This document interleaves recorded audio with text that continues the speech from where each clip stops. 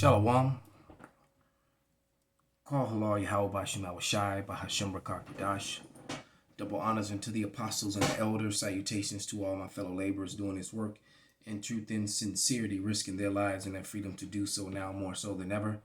To the scattered elect that are scattered around the four corners of the earth, that be like unto the speckled bird, the Israelite foreigners, and to those few Akwaf that are listening and learning, to you I say Shalom. This is your brother Malcolm from the branch of the Great Millstone here in Chicago, coming at you with another lesson in truth. And I heard about this thing with this cyber attack on Colonial Pipeline, on the Colonial Pipeline, and we're in the last moments of the last days, and with many other things like this, like as with many other things, we start really searching the facts and what's going on. It all seems very suspect, extremely suspect. And then I always make the statements about how E loves to use events that cannot be fact checked or he doesn't have to provide the proof for. And then they'll take those events and then they'll make earth-changing moves with it, but no proof was ever provided for it. And they love in this new age of technology with communication, they can do that. So a cyber attack is one of the easiest things that they can use to change policy or make something happen in their favor. All right. So not saying that this didn't happen, just saying that it's very suspect. As you're gonna listen to, I'm gonna play the 3 minute, almost 4 minute clip of Dabu 7 before it's all over. But I want to just grab a couple scriptures and talk about prophecy before I do. And we're gonna start in Second Ezra, the 9th chapter, and start in verse 1, and it reads. He answered me then and said, Measure thou the time diligently in itself. And when thou seest part of the signs pass, which I have told thee before, then thou shalt understand that it is the very same time wherein the highest will begin to visit the world which he made. Therefore, when there shall be seen earthquakes, uproars of the people in this world, then thou shalt well understand that the Most High spake of those things from the days that were before thee, even from the beginning. All right, so the Lord has been, Yahweh has been declaring the end since the beginning through the mouth of his prophets, out the gates. And one thing that E and the heathens, and especially people involved in Christianism, for the most part, at least the ones who have the loudest voices, that are on like television and things of that nature. They completely ignore and do not talk about prophecy. All right. And I was watching a video earlier with the elder apostle Tahar, and he was talking about how many times the word conspiracy is in the Bible, and it's in there quite a few times. And there's a book that's floating around. And the book is called,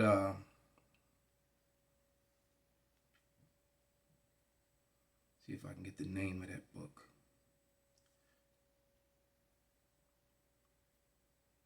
Just waiting for these images to pop up. Okay. Hiding the Hebrews, Did America Kidnap the Lost Tribes of Israel? Kindle edition. All right. And it's very interesting when you start reading the what's written here. It says, are the tribes of Israel really lost, or are they hidden in the prophecies of Psalms 83? All right. And it poses this question. It says, the Bible seems to indicate, or it doesn't seem to, it does. It indicates a multinational conspiracy to hide Israel, to wipe out the memory of who they really are. And that's in Psalms 83, and it names them by race, those nationalities, the multinational organization, which was headed up by the Edomites. Amalek and Edom is mentioned twice, Amalek are your Jewish today, and then of course Edom being the rest of the pale Edomites, the ones that are not, of other races because of their father's bloodline. Right? You got to remember, there's a lot of intermixing going on. Just because someone looks so-called Caucasian doesn't mean that they are. All right? We see examples of that all the time. People experiencing different forms of racism, and they look pale, and then it turn out that they have a Negro father. So, but nevertheless, that is a very legitimate question, and it's very, very true. So in order to be a Christian, you'd have to believe that actually happened to the Israelites, and it did. And guess what? That never happened to the Israelis. Never. Because according to them, they've always known who they are, which makes them miss the factual portion of the prophecies by greatly. Knowing who you are. Okay. Another question that was posed in there was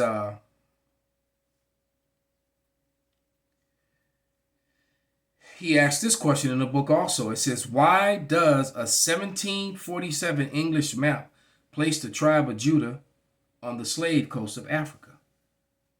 And we always talk about how the Israelites fled into after the abomination and made desolate, abomination of desolation, how they fled into Africa, the same way that Moses did, the same way that who the world ignorantly calls Jesus' parents did with him as a child, to go and blend in with other dark people.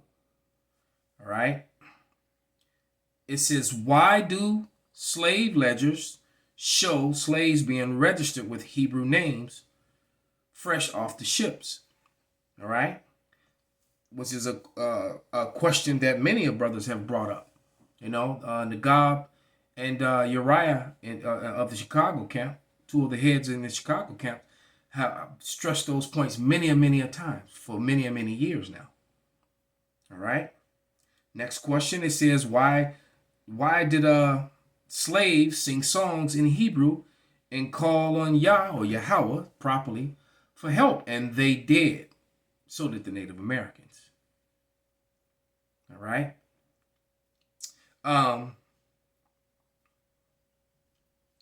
Uriah loves to point out this fact that the song Kumbaya, which is that's a Hebrew phrase, and then also how the slaves sing swing low, sweet chariot.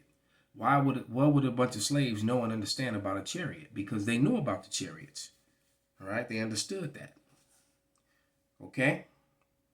Next question was in the book. It says, why did Hamashiach mention slavery of Israel as a sign of the end of the age? It also said in the curses that would be a mark on them, that how you would identify them, which is something I bring up all the time. All right. I always ask, because it tells you in Deuteronomy 26 around 45, 45th verse that these will be a sign upon them, that how you would know who they were. And in those curses, it talks about the yokes of iron that are cast around their necks. Okay. That whole scenario could also be read in Joel, the 3rd chapter, when it breaks down, the whole slave trade, basically. And once again, that multinational nation, multinational group, organization that orchestrated, planned the slave trade, and then hid their true nationalities. Okay. Next question. It said, are the times of the Gentiles coming to an end?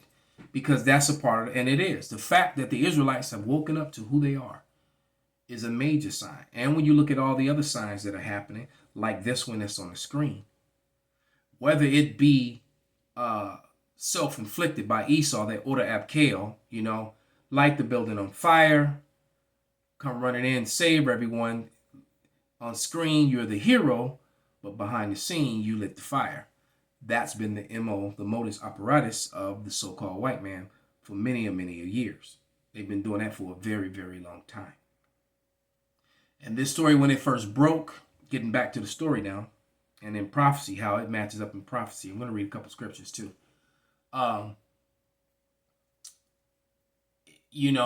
It's these things right here. This story right here also, once again, is very suspect. And I did not realize the magnitude of it until I saw this map. And how the one lady said, this isn't a pipeline, this is the pipeline. This is like the heart of this industry here in America. You're already at $5 a gallon of gas on the West Coast. Here in Chicago, it's almost $5. It's like $4.50 and above for $4 plus for gas. This right here could drive a lot of things up, because I was waiting on a bus, got tired of waiting, decided I was going to take a Lyft, and a Lyft ride that normally cost me about $12, they were asking $50 some for it. I was like, you have got to be kidding me. But the hyperinflation and all that stuff more than likely will set in this summer for sure. All right. This is a couple scriptures. Let me start with because this is going to affect so many things, and it's not just going to be with gasoline. All right, it's going to be with water and food as well. All right, you best believe it. So this is the book of also in Ezra, I think at 2nd Ezra 6:24, if I'm not mistaken. Right, and it says, and at that time, 2nd Ezra 6:24, at that time shall friends fight one against another like enemies. So you can see how the people who don't want to take the medicine, the people who want to take the medicine, the people who don't want to wear the shield, and the people who do wear the shield. All right, versus the people who are red, and versus the people who are blue, and every other different entity in between. They're all at each other's throats.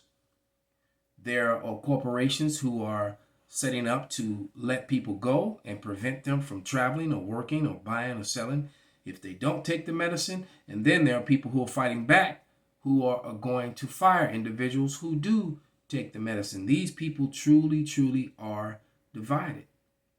Not to mention that, that World War III has practically begun. Actually, it's begun a long time ago. It's just starting to go live. It was more of a Cold War and currency war for many years, and that's what happens. They start off as currency wars, turn into physical wars, and then we're into the physical portion now. All right, yeah. But 2nd Ezra 6:24. At that time shall friends fight one against another like enemies, and the earth shall stand in fear with those that dwell therein, and the springs of fountains shall stand still, and in 3 hours they shall not run. So there's going to be a lack of water out here. And water is fuel for the body, just like these vehicles need fuel. All right? Let's go to Ecclesiastes 12, verses 3 and 4. And it reads, in the day when the keepers of the house shall tremble, and the strong men shall bow themselves, and the grinders cease because they are few, and those that look out the windows be dark, and the grinders being the workers, man. All right. And it said the men that shall, strong men shall bow themselves. Man, there's no work out here for the most part. I do believe that the employment rate is well over 50 at this point. 50%. And you have to understand that America has roughly about 330 million people in it. A little over 100 million, I think maybe about 105 million are the working force. The rest of the millions of people are children and elder and senior citizens. So your working force is cut in half. So they're trying to tax and all those things and take care of infrastructure and everything else, Plus, you know, all the politicians got to get their piece first before anybody gets anything. So what they're skimming, especially here in Illinois, all right? This is one of the most corrupt states in the whole union when it comes to politicians, all right? So, truth of the matter is, everybody's trying to draw from the same source, and it's not enough there to take care of all those people. Remember, about 105 million people were supporting all the rest of the people, meaning the children and the elderly and the retired. So now there's going to be no money for the retired and the elderly. You're literally going to have to work until you die. Point blank, period. This place is finished. And it says, and those that look out the window and the windows be darkened. People are starting to see no hope. And another thing they're not reporting in the midst of all this pandemic is the drug overdoses and the drug use and the alcohol use, the substance abuses that are going on, and the mental decay of the American citizens collectively. They're not talking about that portion. Verse 4, Ecclesiastes 12:4. And the door shall be shut in the streets, and when the sounds of the grinding is low, he shall rise up at the voice of the bird, and all the daughters of music shall be brought low. So people rising up, you know, or have been rising up, get up to go look for jobs, get online and fill out applications or whatever, send in resumes. It's just no work. With the millions of businesses that have shut down and that were killed. And remember, small businesses and the middle class businesses were the driving force of employment in America, and that's been cut in half, and it's going to be even worse when this next lockdown comes. So a lot of things are set to happen this summer, and I said it, and I'm gonna keep saying it. But more than likely, you're going to see some serious issues in America like that down in Colombia and what's going on over in different parts of Europe with all their rioting. In Colombia, they're down there killing their protesters. I think it's over 30 have been killed in the last week or so. All those things are coming to America, and they're more than likely going to hit all around the same time. So you're going to have a food shortage, hyperinflation, gas shortage. Prices are going to be ridiculous. The buying power of the dollar. You got the loss of police force members in all the major cities around Babylon. So they're also afraid of what were they saying? The silver safety crisis. Yeah. So buckle up your seatbelt, and like Pastor Har said, I made a comment on the video, and he just said it's time to get that silver. You don't understand that, all right? Because the dollar is gonna be dead, and Bitcoin is a joke, and you know all these guys are dibbling and dabbling and making all this money, so they think, and with the push of a button, it all disappears, and it's all controlled by the very same source that's behind all of this. And for you people in the Bitcoin to think you're so smart and so sharp, that's all gonna turn around and bite you in the ass. It's gonna probably gonna be a lot of suicides or mass shootings behind this Bitcoin thing when it goes belly up. So that could probably happen too. Because if you think that these Edomites here in America are going to start up they want to take control of the digital system. All right, they're not going to allow other entities to be operating outside their jurisdiction. It's not going to happen. So they're going to shut all that stuff down. So with that, I'm going to give all praises, glory, and honor unto Yahweh, by Hashem, Yahweh Shai, by Hashem Rakak Wadash, Wa Abba Babal, Kwam Yasharala.